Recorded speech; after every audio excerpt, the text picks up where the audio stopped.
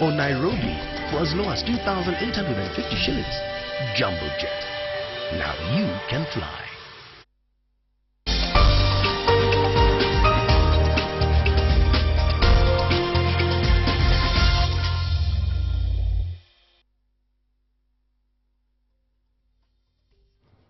Welcome to our breakfast interview today. Well, air transport in this country is seen as a reserve of the rich, of the wealthy. It's beyond the average Kenyan to afford. But is that the case? Well, to many people, yes. But to those who don't think so, there's a solution coming soon in the name of Jambojet, a new airline that is going to fly to different parts of this country and bring the cost of flying down to what they call low cost. So what is it all about? And today we're joined by the CEO of Jambojet. I'll just say your first name, which is Willem. The other one is Hondius. Hondius. Yeah, difficult. That is Dutch. Yeah. Yes, and of course I'm joined by Mwakazi today instead of Motegi Njaro. Let's start from the whole concept. For how long has this been in the works? No, Kenya Airways started quite a while ago thinking about it, and then I started somewhere late 2012 to pick up this project, and we worked out the whole business plan, and yeah, we of course had to see whether it would work or not here in Kenya.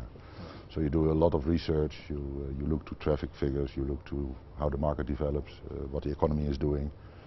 And then you build your business case and your long-term plan, and that we presented that to the board of Kenya Airways in September 2013, and yeah, they approved the concept and they approved the starting up of this new airline.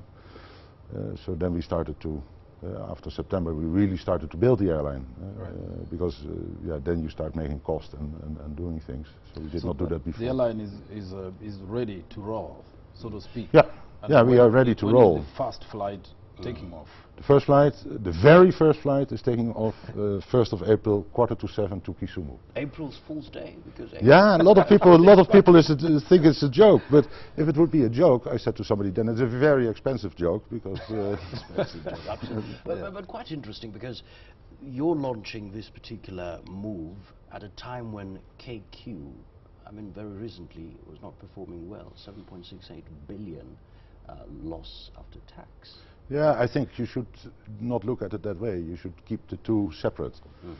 Kenya Airways is a network carrier. They have a lot of destinations worldwide. Of course, they also carry passengers locally, but they have a lot of passengers transferring in the Nairobi hub.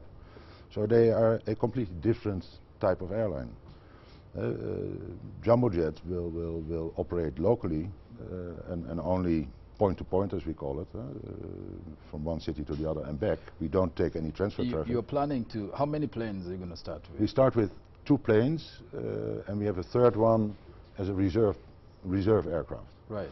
And that's very important, because if you come to the market with these kind of low fares, always people say, what's the catch? What's the catch? Exactly. How is it possible? Yes. And if you then are not capable of flying very reliable and safe and what have you, so you get delays or you get cancellations, they immediately say, you see?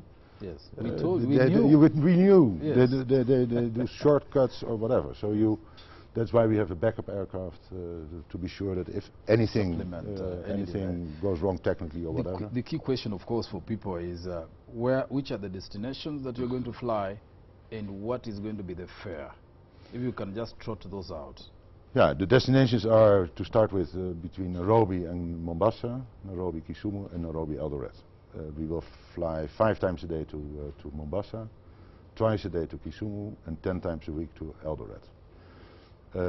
As people have noticed, we advertise the fare 2,850.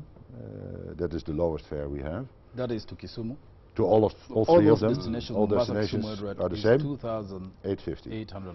Including of taxes. And of course, and some people think that the whole plane will be sold against that fare, but that is not the case. So if people do not book in time, and that is one of the main challenges we have, is that people in Kenya wait, and then they decide today to travel tomorrow. Right. Or even they decide today to travel today. Yes. Now, if you keep on doing so, you pay too much. You already pay too much currently, but also...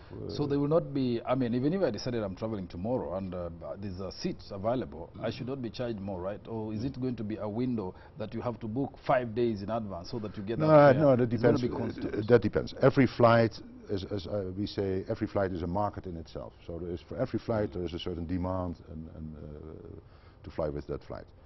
So some flights have more cheap fares, others have a little bit less, and the fares go up over time.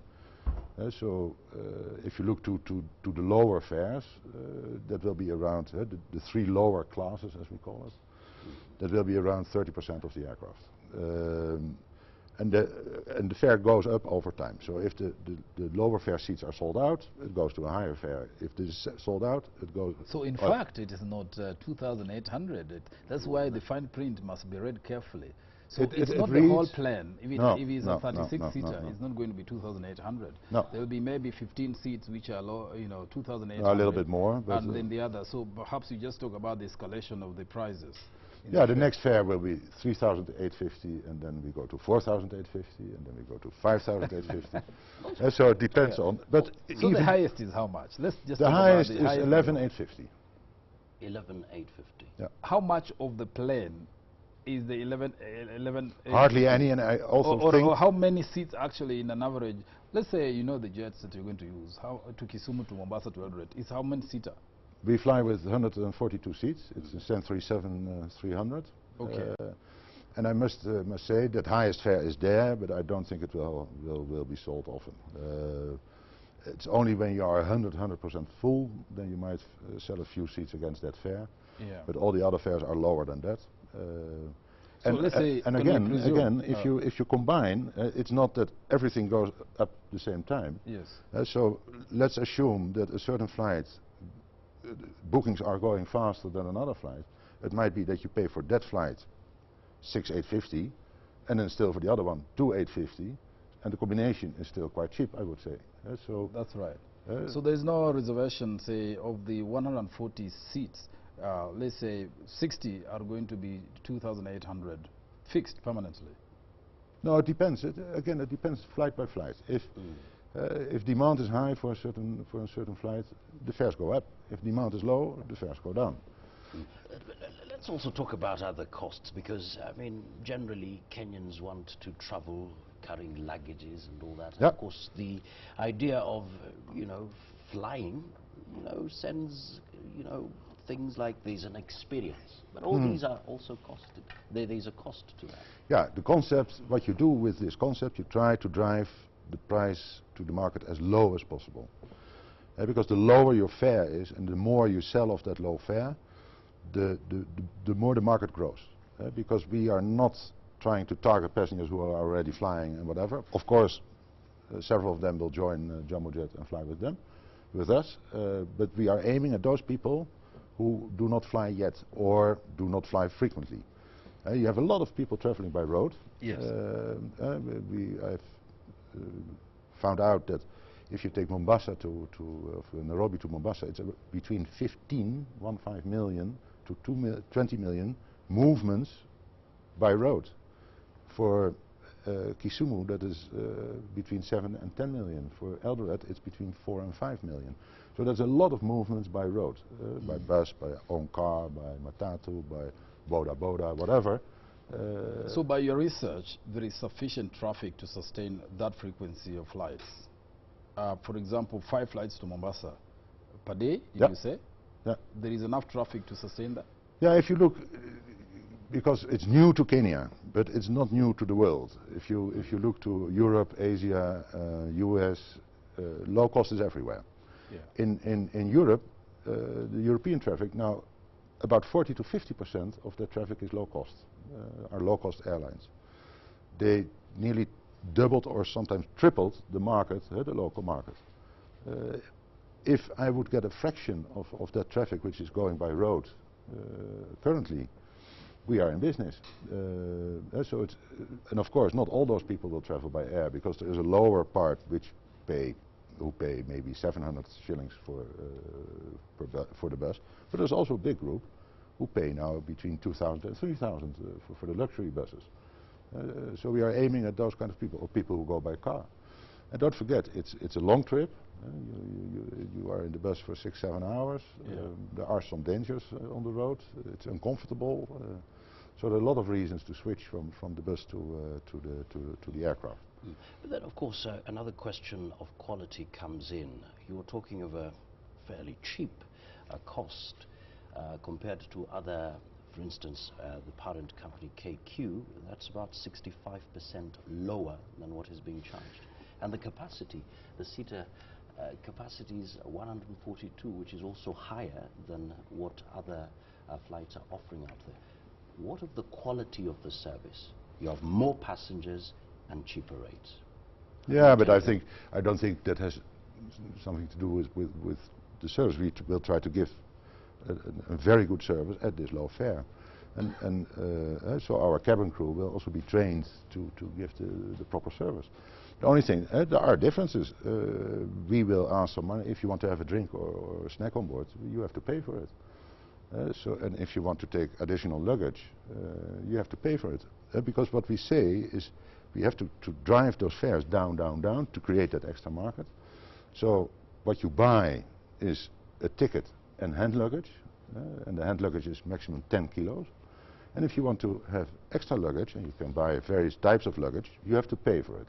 Because why would somebody traveling only with hand luggage subsidize people who are traveling with luggage? So let the people who want to travel with luggage, let them pay for it, so that the people who travel without luggage don't pay for it. Maybe we just now tick off the things that will be on that flight and what will not be on that flight for ease of reference.